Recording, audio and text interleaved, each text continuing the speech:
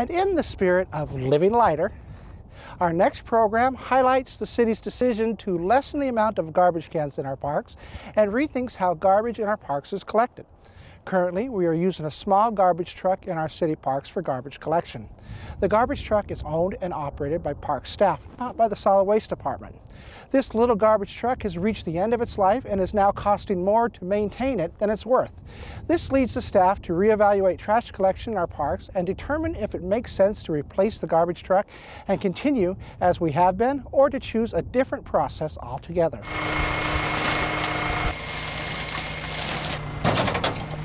Well, the conclusion that we found is that we want to start with a different process altogether. And so we're not replacing that little truck, and we're going to switch over to a different can style in most cases and lean on our city's solid waste utility to pick up trash in our parks. So there's the potential for some savings by switching over to solid waste dealing with our trash. We use over 17,000 trash liners in 2012.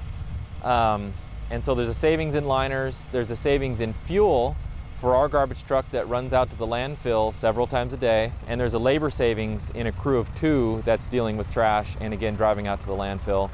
So we'll apply those savings toward renting containers and paying for the solid waste utility to service those containers, and there will be a net savings there. We'll also be able to reprogram those 2 temporary park employees to do actual park maintenance work that's needed in the parks. So in addition to moving to a more mechanized system for trash removal in the parks, we're also looking at our lowest use parks that have kind of low visitor volumes, but yet we're still servicing trash cans, and looking at those as pack it in and pack it out opportunities.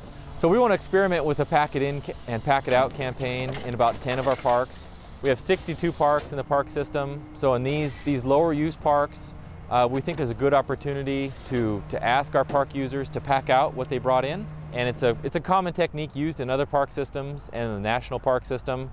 And we're not taking this lightly. We're entering into a public information campaign. We'll have signage, and in some cases we'll even have some bag stations installed that will help the public pack their trash out. We know that Richland has some of the most beautiful parks in the state. We want to keep them that way, and we don't want to reduce the user's experience in our parks. So we still want to provide plenty of opportunity to provide places to throw away your trash.